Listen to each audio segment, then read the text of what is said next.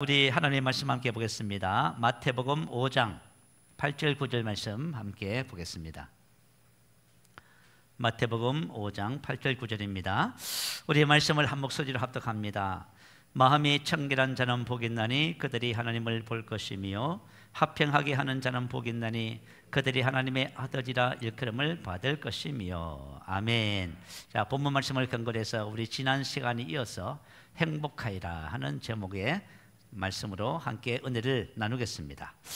자, 모든 사람들은 뭘 바라지요? 행복을 바라지요. 그리고 모두가 행복을 말을 합니다. 우리 사회의 풍경을 조금만 돌려봐도요, 행복이란 말이 사회 곳곳에서 사용되고 있음을 보게 되어져요. 행복주택이란 말 들어보셨지요? 박근혜 정부 시절부터 이 단어가 사용이 되어졌다고 하네요. 행복도시, 행복페이, 전자카드 형태로 발급하는 지역 화폐를 행복페이라고 하고요. 행복카드도 있고 행복맘스, 산후 도우미를 말해요. 그리고 행복로또, 그리고 뭐 여러 가지가 있습니다. 자, 사회 심리학자 김태형 소장님이 이런 책을 썼어요. 가짜 행복을 권하는 사회. 참 어떻게 보면 책 제목이 참 재미지요. 가짜 행복을 권하는 사회. 여기서 가짜 행복이 뭐냐면 현대 자본주의 사회에서 유행하는 모든 행복은 가짜 행복이다, 이렇게 진단을 했어요. 그리고 주로 심리학에서 말하는 모든 행복, 가짜 행복이다. 그래서 한국 사회는 이런 가짜 행복을 사람들에게 그죠? 추구하고 이것을 추구하는 것이 만연돼 있다, 이렇게 진단을 했습니다. 돈이 곧 행복이라는 믿음을 전파하는 물질주의 행복론, 한순간의 쾌락만을 쫓게 만드는 쾌락주의 행복론, 그리고 개인의 심리에만 초점을 맞추는 주류 심리학의 행복, 이것을 이제 가짜 행복이라고 이렇게 이제 진단을 했습니다. 주류 심리학의 행복론은 어떤 것이냐면 다음과 같습니다. 여러분이 이제 다 들어보면 아실 거예요. 우리가 이런 말들을 사용하면서도 우리는 이게 말이죠, 무슨 뜻인지 모르고 사용하는 경우가 참 많잖아요. 여러분, 소확행이란 말 들어보셨지요? 소소하고 작은 행복을 확실하게 잡는다. 이게 이제 주로 심리학의 행복론이라고 합니다. 그리고 마음 챙김, 힐링과 같이 개인의 심리에 초점을 맞춰 마음의 일시적 평안을 추구하는 것, 개인의 행복을 추구하는 것이 주로 심리학의 행복론이라고 합니다. 여러분, 힐링이 뭔지 아시죠? 힐링은 정신적 치유, 마음 치유를 말해요. 그리고 여러분, 힐링이라는 단어가 얼마나 많이 사용되는지 몰라요. 힐링 여행, 힐링 캠프, 힐링 푸드, 힐링 음악회, 또 힐링 데이트도 있습니다. 그죠? 힐링이란 말이 사회 전반에 다양하게 이렇게 사용되어지고 있습니다. 마음을 다스리기, 행복은 내 안에 있다. 행복은 마음 먹기에 달렸다. 마음을 비우라. 많이 들어보시고 또 이런 말들을 우리가 우연하게 사용하게 되지요. 이것은, 이 행복은 주로 심리학에서 말하는 행복론, 그리고 종교에서 말하는, 철학에서 말하는 행복론이에요. 그런데 이제 우리가 이제 심리학을 보면요, 이 심리학 초기에는 영혼에 대한 탐구를 하는 학문이었답니다. 이 영혼은 우리가 말하는 영이요, 이런 것 개념이 아니고요, 단순히 그냥 혼에 대한 탐구였어요. 그리고 심리학이 과학으로 등장하게 된 19세기 후반부터요, 정신과학으로 인정이 됐답니다. 다시 말하면 심리학은 우리 인간의 정신과 마음에 대한 부분을 다루는 학문이에요. 그래서 여러분, 세상의 모든 종교와 철학과 인문학, 모든 심리학이 뭘 다루고 있어요? 인간의 마음을, 정신을 다루고 있습니다. 그래서 이 모든 세상에서 말하는 이런 행복이 실제로는 사람이 어떤 존재인지를 모르기 때문에 한계를 가지고 있어요. 그래서 저와 여러분이 하나님께서 말씀하시는 행복에 귀를 기울이셔야 돼요. 그러면 여러분의 행복이 무엇인지를 오늘 딱 발견하게 됩니다. 오늘 저와 여러분이 하나님의 말씀을 통해서 최고의 행복을 발견하고 그 은혜 안에 거하는 삶을 사는 놀라운 축복을 경험하게 될 줄로 믿습니다. 자, 성경에서는 사람을 뭐라고 말하지요? 성경에서 말하는 인간. 자, 인간은 뭡니까? 영이며. 자, 인간은 뭐라고 표현해요? 영입니다. 그러니까 우리 세상 종교와 철학과 심리학, 인문학에서는요, 인간은 그죠? 영혼이라 표현하지만 혼을 말해요. 정신을 말해요. 그래서 세상은 사람이 어떤 존재인지를 모릅니다. 왜 그러냐면 하나님의 말씀을 받아들이지 않으면 모르게 돼 있어요. 그래서 성경은 사람은 뭐라고 표현했어요? 사람은 영이며 뭘 가지고 있지요? 혼을 가지고 있고 뭐에 삽니까? 몸 안에. 이게 정확한 표현입니다. 사람은 영이며 혼을 가지고 있고 몸 안에 살고 있습니다. 자, 이 영이라는 것은 영적 존재다 그 말이에요. 왜 사람이 영적 존재지요? 사람은 하나님의 형상대로 창조되었습니다. 하나님의 형상은 그죠? 하나님을 닮았다 그 말이에요. 그러면 하나님은 영이시지요. 그래서 우리 영입니다. 사람은 영이기 때문에요.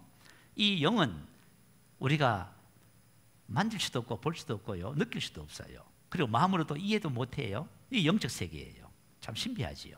그래서 오늘 저와 여러분이 우리의 정체성을 바르게 또 다시 확립을 하고요, 이 안에서 우리가 행복을 발견하게 되는 것입니다.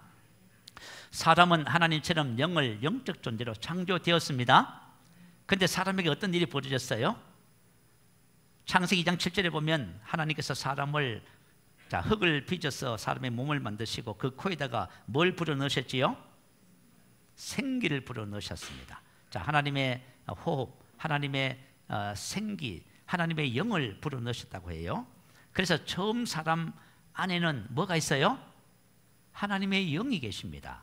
자, 그러면 이 세상에 태어난 모든 사람 속에 하나님의 영이 있습니까? 없습니까? 없어요.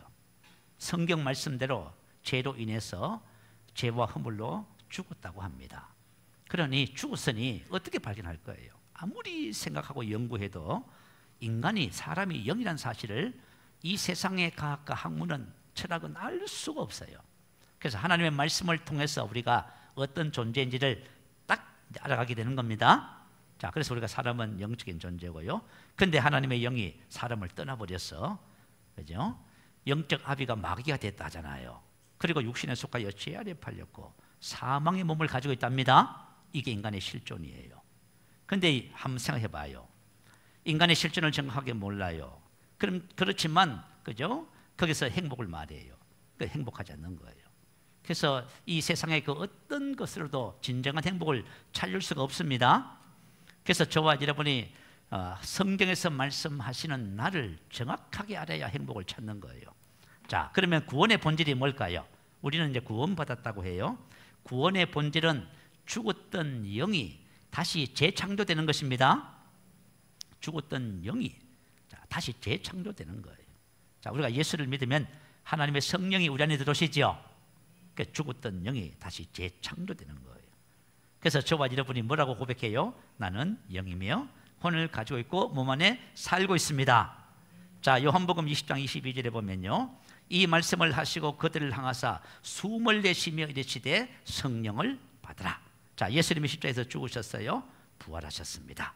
그리고 그날 저녁에 다락방에 숨어있는 제자들에게 나타나셔서 하신 말씀이에요. 자, 그들을 향하사 숨을 내쉬며, 숨을 내쉬다, 불어넣다 그 뜻이에요. 숨을 내쉬며 가라쓸 때 뭘 받으라? 성령을 받으라. 그 전까지는 성령을 받지 못했어요. 예수님이 왜 오셨어요? 성령을 받게 하시려고요. 이것은 창세기 2장 7절 말씀하고 똑같아요. 자, 창세기 2장 7절에 보면 하나님의 사람을 흙으로 빚으시고 생기를 어떻게 하셨어요? 그 코에 불어 넣으셨지요. 죽었던 영을 다시 재창조하는 그 사건이 바로 이 사건이, 이 이야기예요. 그래서 저와 여러분이 성령으로 난 것은 영이 된 것입니다. 이것을 여러분이 정확하게 깨달으셔야 진정한 행복이 뭔지를 발견하게 되는 거예요. 자, 로마서 8장 9절 한 절 말씀 읽어드립니다. 만일 너희 속에 하나님의 영이 거하시면, 자, 내 안에 누가 거해요? 하나님의 영이 거하십니다. 거주하다, 살다. 자, 하나님의 영이 누구 안에 거해요? 예수 믿는 나에게 거주하고 살고 계십니다. 자, 하나님의 영이 거하시면 너희가 육신에 있지 않고 영에 있나니, 그래서 우리가 영이 된 거예요. 우리 지난 금요일 날 기도를 마치고 가는 길에 이제 권사님들을 모시다 드리면서 한번 여쭤봤습니다. 권사님, 기도하면서 하나님이 주신 은혜와 감동이 있으면 좀 나누시지요 했더니 두 분 다 너무나 귀한 말씀을 해주셨어요. 그런데 한 권사님이 이런 말을 했어요. 많이 울었대요. 왜 우셨어요 하니까 하나님이 어디 계세요? 내 안에 근사님 안에 계셔서 하나님이 일하신다고 했답니다. 그래가지고 감동이 돼가지고 여러분 한번 생각해 봐요. 대부분의 그리스도인들이 이거 모르고 살아갑니다. 하나님이 내 안에 계셔서 일하시지요? 하나님이 내 안에 계셔서, 야, 만물을 창조하신 하나님이, 그죠? 우리 안에 가셔서 어떻게 해요? 일하시는 거예요? 여러분, 이걸 만약에 알았다고 한번 생각해 봐요, 여러분. 여러분, 염려, 근심, 두려움, 걱정 다 없어지겠지요? 하나님이 일하시면 저와 여러분 죽을 몸도 살립니다. 여러분, 이건 놀라운 계시예요. 성경 말씀에 기록된 것이 여러분 우리 안에 실제가 되어져야만 합니다.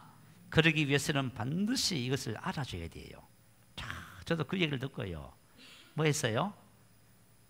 감동했습니다. 와, 세상에 어찌 이것을 알았을까? 우리 지금 다 하나님 다 모시고 성령님 모시고 계시잖아, 그죠? 그죠? 어찌 이것을 알았을까? 자, 행복하여라. 왜 복되고 행복하지요? 자, 오늘 본문 말씀 한번 봐요. 자, 마음이 청결한 자는 복이 있나니 그들이 하나님을 볼. 왜 행복해요? 하나님을 볼 것이기 때문에 그렇습니다. 저와 여러분이 하나님을 보기 때문에 행복한 거예요? 하나님을 본다는 것이 뭘까요? 하나님을 본다는 것이 하나님 보는구나, 그런 개념이 아니에요. 본다는 것은 경험을 통해서 보다, 실제적으로 보다, 경험하다, 참여하다, 인식하다 하는 뜻을 가진 단어예요. 자, 그러면 정확하게 하나님을 본다는 것이 무슨 뜻인지 우리 성경을 한번 찾아보겠습니다. 고린도후서 6장 16절 한번 찾아봐요. 고린도후서 6장 16절입니다. 자, 6장 16절부터 자, 7장 1절까지입니다. 우리 말씀을 찾으셔서 한 목소리로 같이 읽으시면 좋겠습니다. 자, 우리 6장 16절 한번 읽어볼까요? 자, 시작.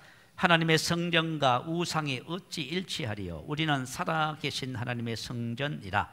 이와 같이 하나님께서 이르시되 내가 그들 가운데 거하며 두루 행하여 나는 그들의 하나님이 되고 그들은 나의 백성이 되리라. 그러므로 너희는 그들 중에서 나와서 따로 있고 부정한 것을 만지지 말라.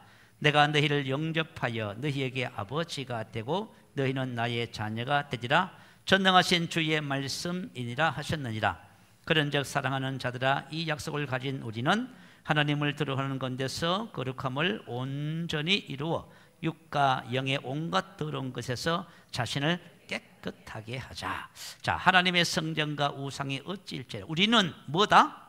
우리는 무엇이다? 살아계신 하나님의 성전이다. 할렐루야. 살아계신 하나님의 성전이에요. 성전이 뭐예요? 하나님이 거하시는 곳이잖아요. 여러분, 성전은 하나님이 거하시는 거예요. 그래서 하나님께서 이르시되 내가 그들 가운데 거하며 봐요. 뭐 정확하게 하나님께서 우리 권사님에게 내가 너 안에 거하며, 그리고 뭐예요? 두루 행하여 뭐예요? 일하시는 거예요. 할렐루야. 야, 이제 우리가 하나님이 내 안에 거하여서 일하는 것이 뭔지를 알면은 여러분이 깜짝 놀랍니다. 하나님께서 나에게 이런 삶을 주셨구나. 야, 내가 이런 삶을 위해서 내가 이렇게 해야 되겠구나 하는 여러분 결단이 서는 축복의 시간이 될 줄 믿습니다. 저와 여러분은 하나님이 거하시는 성전이에요. 하나님께서 이스라엘 백성을 출애굽시키세요. 성경에서 우리 지난주에 다 배운 것 같아요. 자, 출애굽시키시고 언약을 맺으신 다음에 뭘 하라고 하셨어요? 성막을 지으라 하셨지요. 왜 성막을 지으라 하셨어요? 내가 그들 중에 거할. 하나님은 뭐예요? 하나님은 당신의 백성과 함께 거하기를 원하셔요. 거하셔서 일하기를 원하셔요. 야, 그래서 성막을 지어라. 나는 하나님의 백성이잖아요. 나와 믿지 않는 우리 친구들, 믿지 않는 사람들과 구별됨이 뭘까요, 여러분? 여러분, 이걸 아셔야 돼요. 똑같은데요, 목사님? 아니에요, 여러분. 너무나 확연한 구별이 있어요. 자, 출애굽기 33장 15절 16절 올려주세요. 같이 한번 읽어보겠습니다. 시작. 모세가 여호와께 이르되 주께서 친히 가지 아니하시려거든 우리를 이곳에서 올려보내지 마옵소서. 나와 주의 백성이 주의 목전에서 은총 입은 줄을 무엇으로 알리까? 주께서 우리와 함께 행하심으로 나와 주의 백성을 천하 만민 중에 구별하심이 아니니까. 와, 뭐예요? 저와 여러분이 믿지 않는 사람과 구별됨이 뭐예요? 천하 만민 중에 구별한 것이 뭐예요? 주님이, 하나님이 우리와 나와 함께 행하시는 거예요. 함께는 임이고 행하심은 알라크, 뭐예요? 할라크, 가다 오다 걷다. 그래서 하나님 동행하신다 하지요. 야, 저와 여러분은 하나님이 우리 안에 거하셔서 지금 동행하고 계시는 거예요. 근데 동행하는 것이 뭔지를 알면 여러분이 깜짝 놀라요. 기절할라, 뭐 하나 깔아놔야 되겠다. 기절할지도 몰라. 도대체 하나님이 나와 함께 한다는 사실이, 내가 하나님의 백성, 내가 주께 은총 입은 것이 뭔가는 거예요 도대체. 아유, 목사님, 저는 너무 인생이 괴로운데요, 은총 입은 줄을 몰라서 그래요. 자, 오늘 은총 입은 것을 깨닫습니다. 우리가, 저와 여러분이 하나님께 받은 은혜와 축복이 얼마나 큰지를 발견하셔야 돼요. 하나님께서 하나님의 백성과 함께 하신다는 의미가 뭐냐 하면, 자, 다윗이란 청소년이 골리앗 앞에 전쟁을 1대1로 싸움을 하기 위해서 딱 나서서 뭐라고 선포해요? 전쟁은 누구에게 속했어요? 여호와께 속한 것이다. 뭐에 속했다고요? 바로 이거예요. 하나님의 백성은 하나님이 함께 하시면 항상 승리할 수밖에 없어요. 항상 승리할 수. 왜요? 주님이 싸우시니까. 지금 골리앗은 누구하고 싸워요? 다윗하고 싸운다고요? 아니요, 전능하신 하나님하고 싸우는 거죠. 아시겠죠? 이게 하나님이 함께 한다는 뜻이에요. 완전한 승리가 보장되고요, 여호와의 구원하심에 칼과 창이 있지 않습니다. 그래서 다윗이 딱 나가서 이렇게 말해요. 한번 들어봐요. 다윗이 블레셋 사람에게 이르되, 너는 칼과 창과 단창으로 내게 나아오거니와 나는 만군의 여호와의 이름 곧 내가 모욕하는 이스라엘 군대의 하나님의 이름으로 내게 나아가노라. 오늘 여호와께서 너를 내 손에 넘기시리니 내가 너를 쳐서 내 목을 베고 블레셋 군대의 시체를 오늘 공중에서와 땅의 들짐승에게 주어 온 땅으로 이스라엘의 하나님이 계신 줄을 알게 하겠고, 여호와의 구원하심이 칼과 창에 있지 아니함을 이 무리에게 알게 하리라. 전쟁은 여호와께 속한 것인즉 그가 너희를 우리 손에 넘기시리라. 할렐루야. 비록 다윗이 나가서 싸우지만 그 승리를 주시는 분이 누구라고요? 그래서 여호와 니시라고 하는 거예요. 하나님은 승리입니다. 구원과 승리가 어디서 와요? 우리 안에 계신 그분으로부터 오는 거예요. 여러분, 놀랍지요? 근데 다윗이 고백한 이 말씀이 무슨 말씀인지 아세요? 신명기 7장 21절에 다 기록된 말씀이에요. 자, 우리가 신앙생활 하면서 하나님의 믿음을 가지라고 하지요. 그죠? 여러분이 하나님의 믿음을 가지면은 그 믿음을 선포해서 승리를 만들어냅니다. 하나님이 일하시게 하는 거예요, 여러분. 그런데 여러분이 이제 만약에 신앙생활 하면서요, 하나님의 말씀을 가까이 묵상하고 영으로 기도하고, 그래서 하나님의 말씀이 내 안에서 믿어지고, 이 믿어진 말씀을 내가 다윗처럼 이렇게 어떤 환경과 상황을 향해서 선포할 때 하나님이 일하시는 것을 보게 됩니다. 이게 바로 여러분 하나님이 함께 한다는 뜻이에요. 여러분, 이 믿음을 여러분 붙잡으시기 바래요. 범사에 형통한 비결이 뭐지요? 하나님이 함께 하신다는 의미예요. 자, 우리는 우리 믿음의 조상들의 탁월함을 우리가 봅니다. 그 탁월함이 전부 어디서 왔어요? 하나님께서 하셨지요. 요셉의 형통합니다. 여호와께서 요셉과 함께 하심으로 그가 형통한 자가 되어. 자, 요셉은 무슨 사람이에요? 형통한 자입니다. 왜 형통했어요? 하나님이 함께 하셔서 형통한 거예요.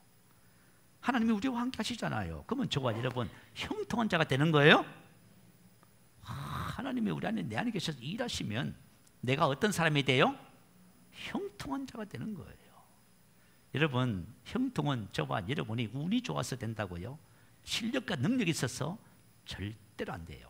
형통은 하나님께서 우리와 함께 하셔서 일하실 때에 나타나는 축복이에요. 아브라함이 형통합니다. 이삭에게 뭐라고 하세요? 이 땅에 유하면 자, 내가 너와 함께 있어 내게 복을 주고. 봐요, 하나님이 함께 하신다는 말이에요.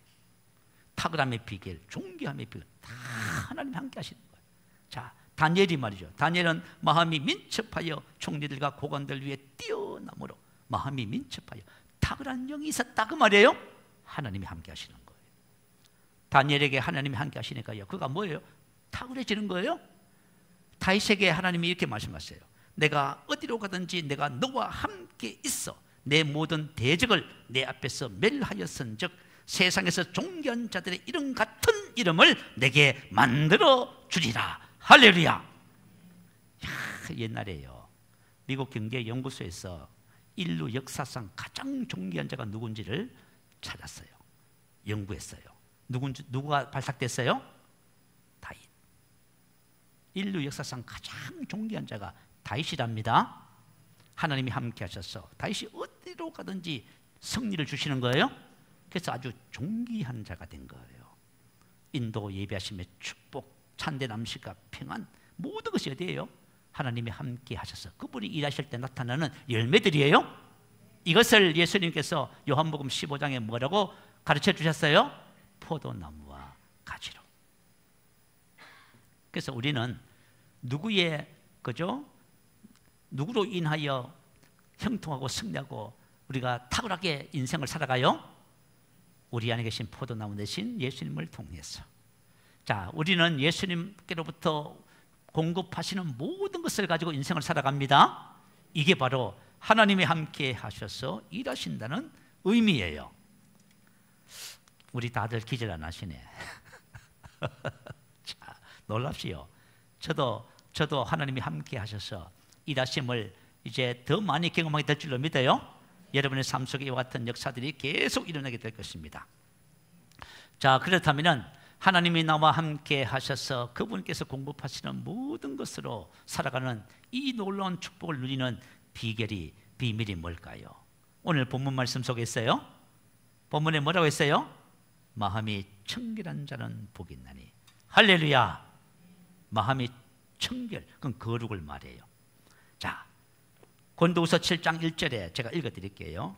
그런즉 사랑하는 자들 이 약속을 가진 우리는, 자, 저와 전에 무슨 약속을 가졌어요?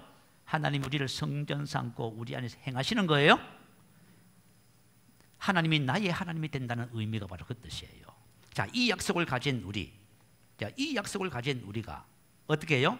이 약속을 가진 우리가 하나님을 두려워하는 것 가운데서 온 거룩함을 온전히 이루어 육과 영의 온갖 더러운 것에서 자신을 깨끗하게 하자. 왜요?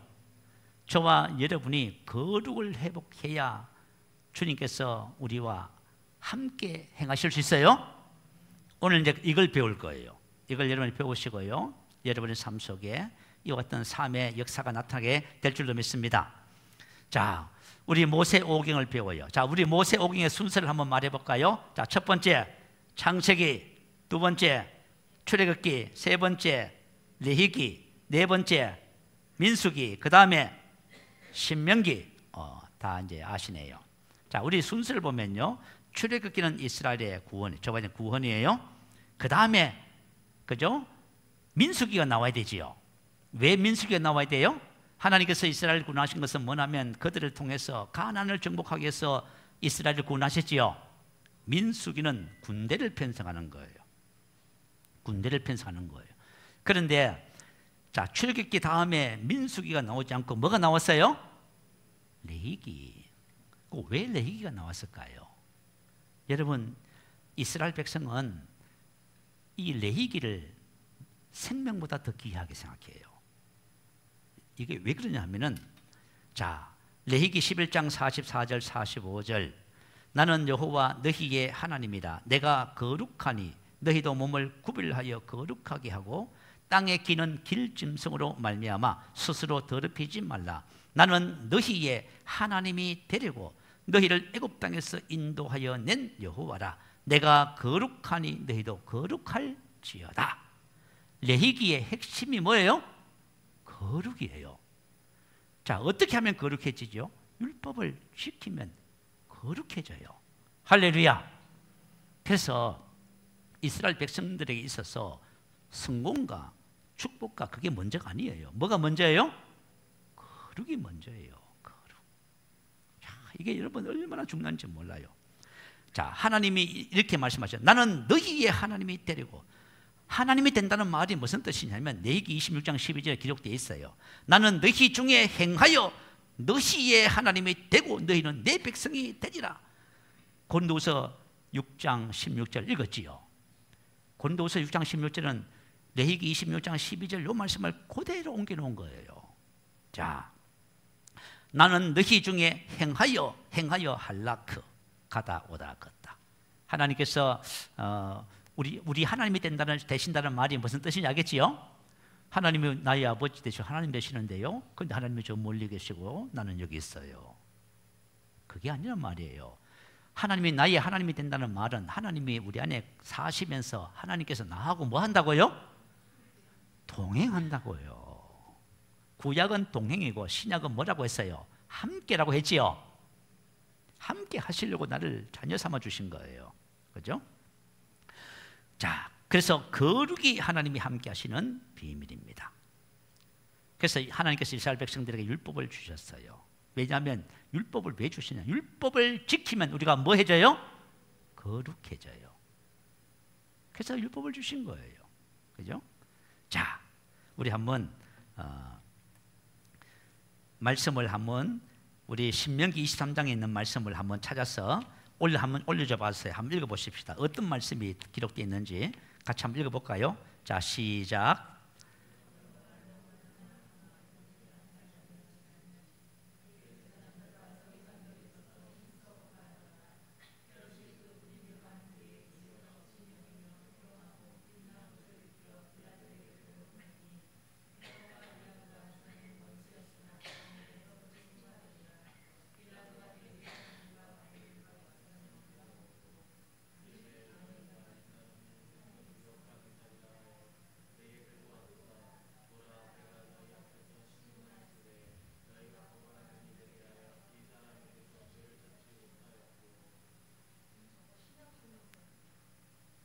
신명기 23장이에요?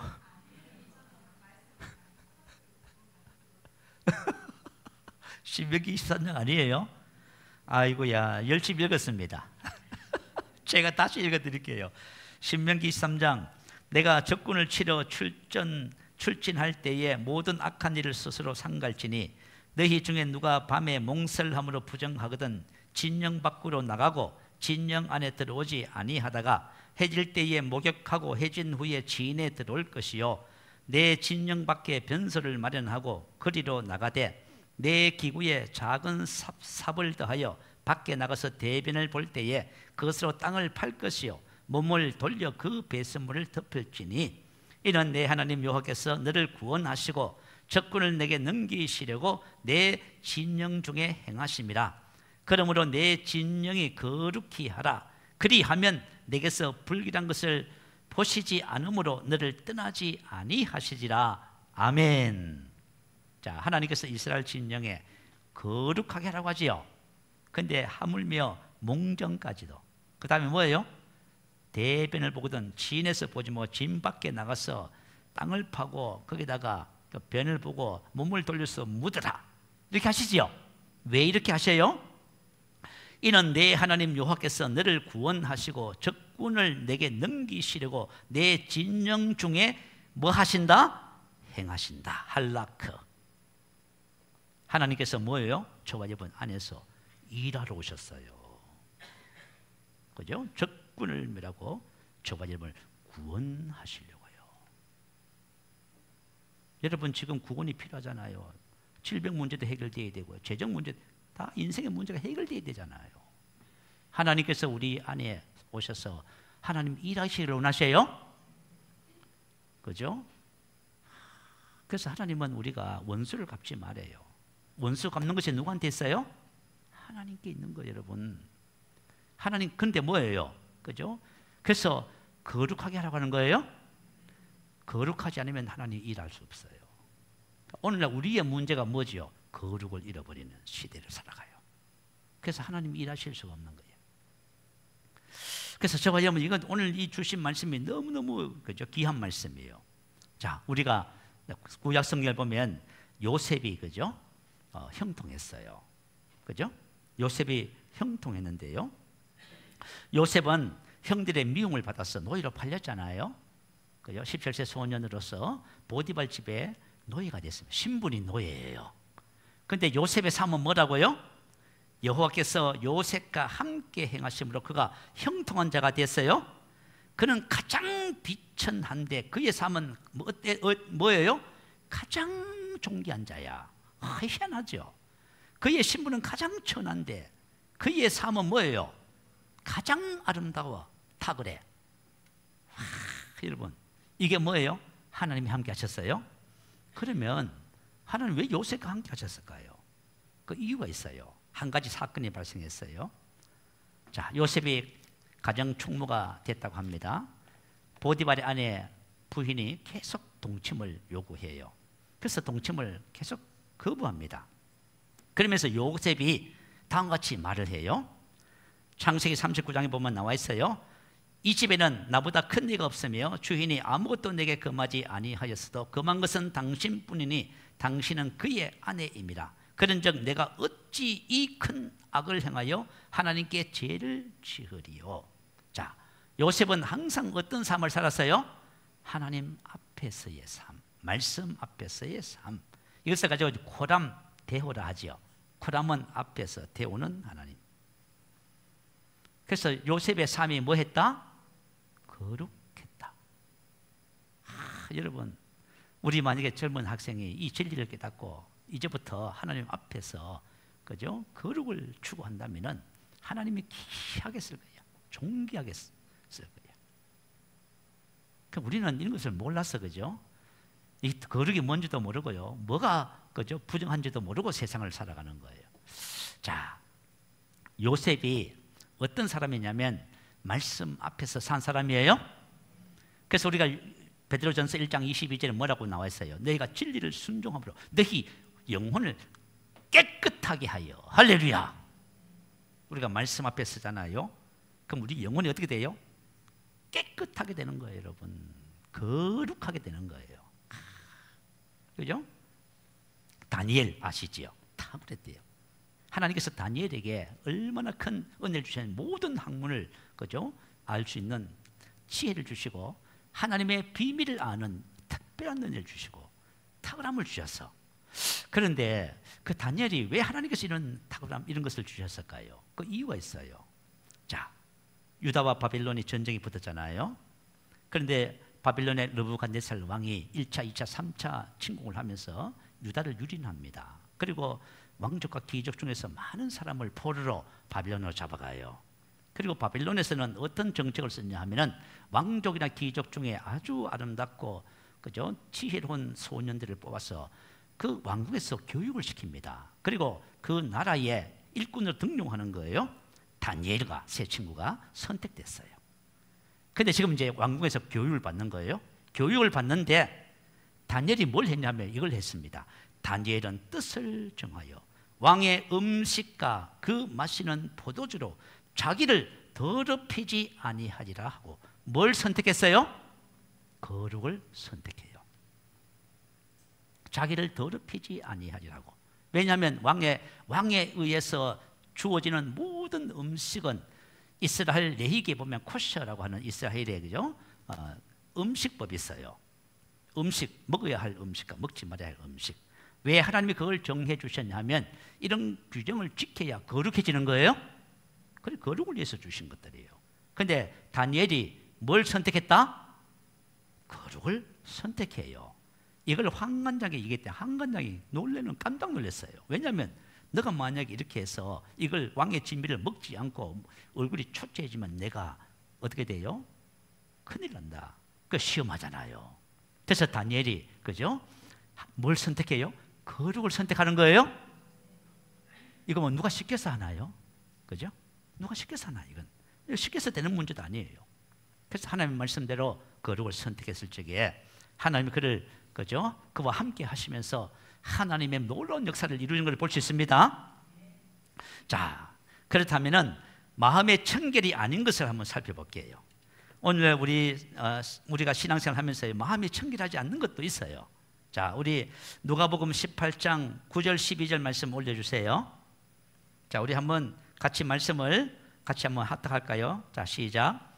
또 자기를 의롭다고 믿고 다른 사람을 멸시하는 자들에게 이 비유로 말씀하시되 두 사람이 기도하려 성전에 올라가니 하나는 바리새인이요 하나는 세리라.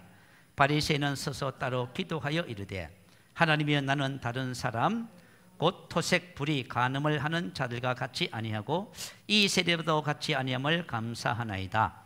나는 일회에 2번씩 금식하고 또 소득의 11조를 드리나이다 하고 아멘. 자, 자기를 의롭다고 믿고 다른 사람을 멸시하는 자들에게 이 비유로 말씀하셨다. 자, 자기를 의롭다고 믿고 페이도라고 하는 단어예요. 이 단어는 무슨 뜻이냐면 확신시키다, 설득으로 유혹하다 그 말이에요. 그리고 과거 완료 시제로 써서 성공했다. 이 말은 뭐냐면 자기가 자기 자신을 설득해가지고 뭐예요? 넌 의로워. 우리가 이제 새로운 피조물 복음을 해보니까 사람들이 뭐냐? 난 새로운 피조물이야. 자기를 썩들시켜서 확신하더라고. 그 새로운 피조물 못 사는 거예요. 이게 뭐냐면 그죠? 자기를 의롭다고 믿고.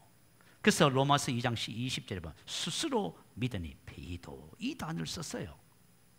자, 오늘 이제 이 말씀을 통해서 그죠? 마음의 청결이 아닌 것, 그것을 이제 한번 살펴보는 거예요. 자, 바리새인은 자기를 왜 의롭다고 자기를 확신시켰어요? 11절에 바리새인은 서서 따로 기도하여 이르되 하나님이여 나는 다른 사람들 곧 이제 비교하는 거예요. 토색, 불의, 간음하는 자들과 같이 아니고 이 세리와도 같이 아니함을 감사하나이다. 나는 일회에 2번씩 금식하고 또 소득의 11조를 드립니다. 다 이랬단 말이에요. 그죠? 이것을 보고 이것을 가지고 뭐라고 생각했어요? 자기는 의롭다고 자기를 확신시켰어요. 그런데 그가 뭘 했어요? 의롭다고 믿고 다른 사람을 멸시했습니다. 우리 이제 신앙생활 하면요, 종교적 신앙생활 할 가능성이 되게 많아져요. 다른 사람을 멸시하여 거부하고 경멸적으로 대했다. 근데 바리새인은 자기가 무슨 문제가 있는지를 몰라요. 그래서 예수님이 말씀해 주셨어요. 자기를 높이고 교만했다 그 말이에요. 교만했다. 우리가 다른 사람을 판단하고 헤아리고 하는 모든 것은 자기 교만에서 나오는 거예요. 교만은 어디서 있어요? 마음의 교만이지요. 그죠? 마음의 청결과 외적인 종교 행위를 구분할 줄 몰라요. 우리도 다 마찬가지야. 그리고 뭘 했어요? 멸시했지요. 마음에 가득한 것을 입으로 말했어. 멸시했다는 것은 마음이 더럽다 그런 뜻입니다. 그러니까 저와 여러분이 인생의 삶을 살면서 그죠? 다른 사람을 비난하고 헤아리고 판단하고 막 하잖아요. 전부 마음이 더러워서 그런 거야 이게. 근데 이걸 몰라. 우리 마음의 더러움을 우리가 빨리 발견하셔야 됩니다. 마태복음 23장 25절에 보면 하 있을진저 외식하는 서기관들과 바리새인들이요 자네 대접에 장과 대접에 겉은 깨끗이 하되 그 안에는 탐욕과 방탄으로 가득하게 하는도다. 이게 바로 이제 마음의 더러움이라 하는 것입니다. 자, 이제 저와 여러분이 우리가 인생을 살아보면서 어떤 마음을 가지냐면 사람에게 자꾸 보려고 해요. 그죠? 그리고 우리 마음은 감춰요. 이게 뭐냐 하면 우리가 겉으로 외식하는 삶을 사는 거예요. 그러나 우리가 주님 앞에 서서 우리 마음의 더러움을 있는 그대로 드러내셔야 됩니다. 그래야 여러분 정죄를 사모하게 되는 거예요. 자, 고린도후서 7장 1절에 있는 더러움을 설명을 해드릴게요. 그러면은 마음의 더러움이 무엇인가 하는 거예요.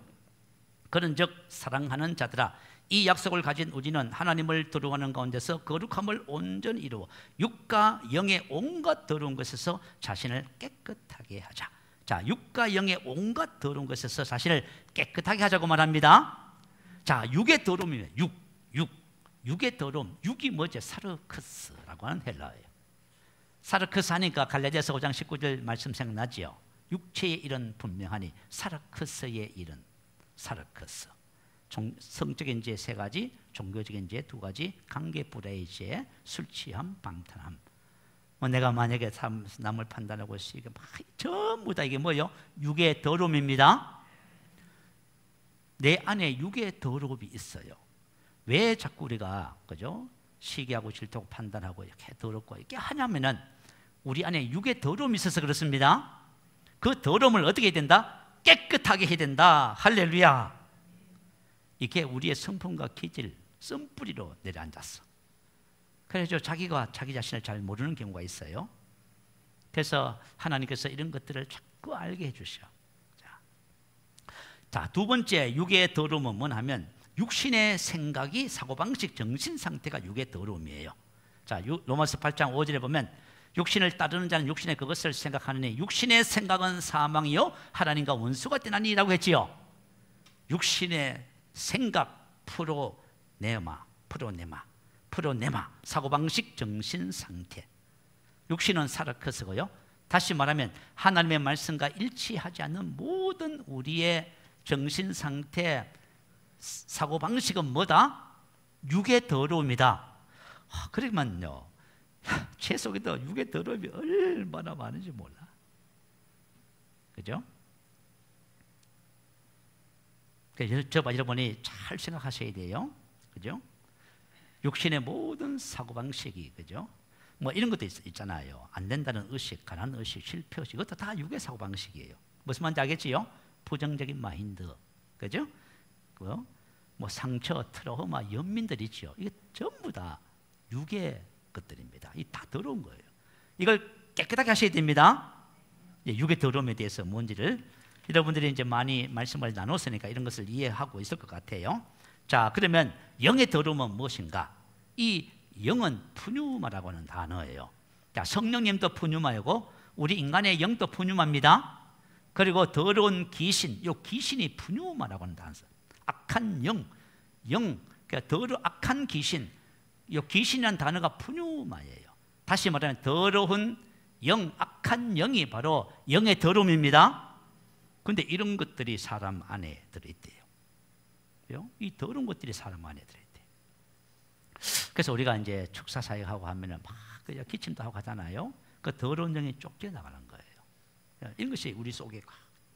자, 이런 것들이 어떻게 우리 속에 있게 됐어요? 우리 에베소서 4장 26절 이하에 보면 분을 내어도 죄를 짓지 말며 해가 지도록 분을 품지 말고 마귀로 틈을 타지 못하게 하라 하셨죠. 그죠? 우리가 막 육체의 일들을 하는 거예요. 육체의 일들을 그냥 제한 없이 해버려요. 그럼 어떻게 돼요? 육체의 일들은 그죠? 우리가 마귀가 들어오는 문을 열어놔요. 마귀가 내 안에 들어와서 나를 도둑질하고 죽이고 멸망시키고 내 영혼을 더럽히라고 문을 열어놓는 거예요. 그러니까 내가 더러워지는 거예요. 그러니까 여러분들이 그죠?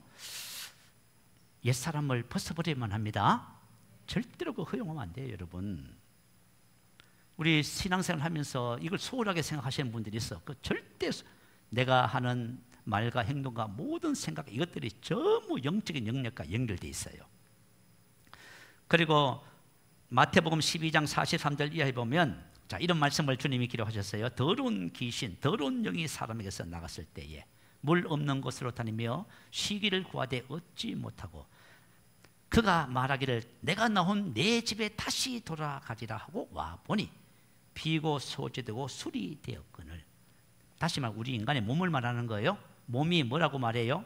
더러운 영이 자기의 집이래요. 와보니 다시 와봤어요. 와보니 비고 소지되고 술이 돼 있어요.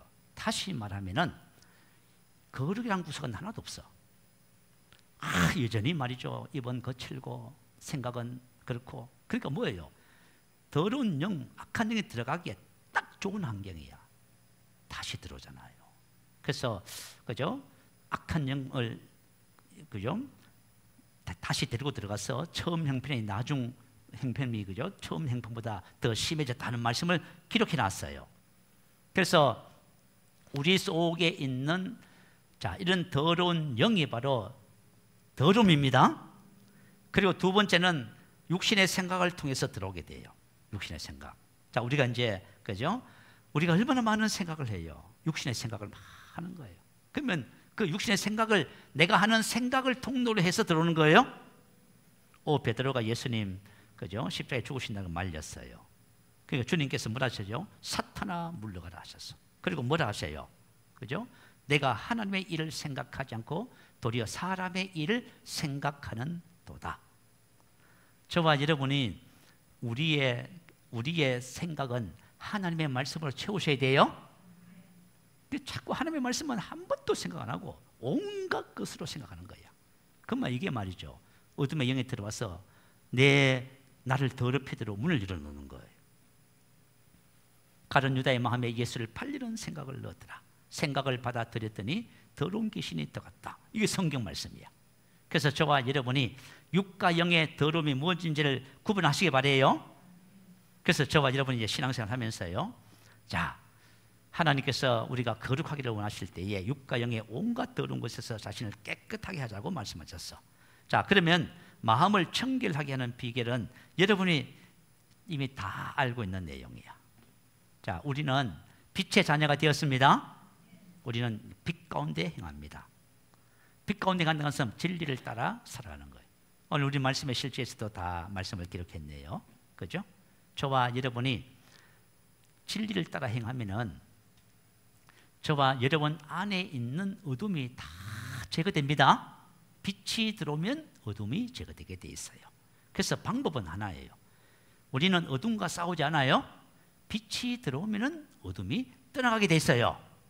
그리고 어둠이 드러나면 옛사람을 벗어버리면 됩니다. 아시겠죠? 그러니까 원리는 너무너무 간단해요. 그런데 이 간단한 것을 저와 여러분이 삶 속에서 꾸준하게 실천하시기 바래요. 자, 오늘 본문 말씀 한번 보겠습니다. 다시 보겠습니다. 본문 말씀을 보면은 마음이 청결한 자는 복이 있나니 그들이 하나님을 볼 것입니다.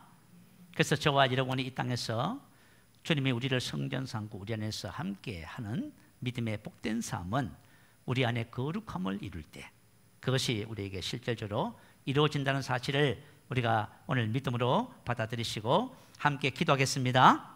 여러분 기도하실 때에 오늘 말씀들을 여러분들이 몇 분이고 계속해서 반복해서 들어보세요.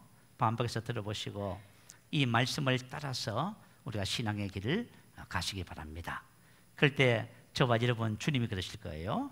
내가 너 안에 있어서 내가 행하리라 그러실 거예요. 그럴 때 저와 여러분의 삶에는 정말 이전과는 비교할 수 없는 새로운 삶으로 하나님께 영광을 돌리는 복된 역사가 있게 될 줄 믿습니다. 말씀을 생각하시면서 우리 할렐루야 한번 큰 소리로 기도하겠습니다. 할렐루야.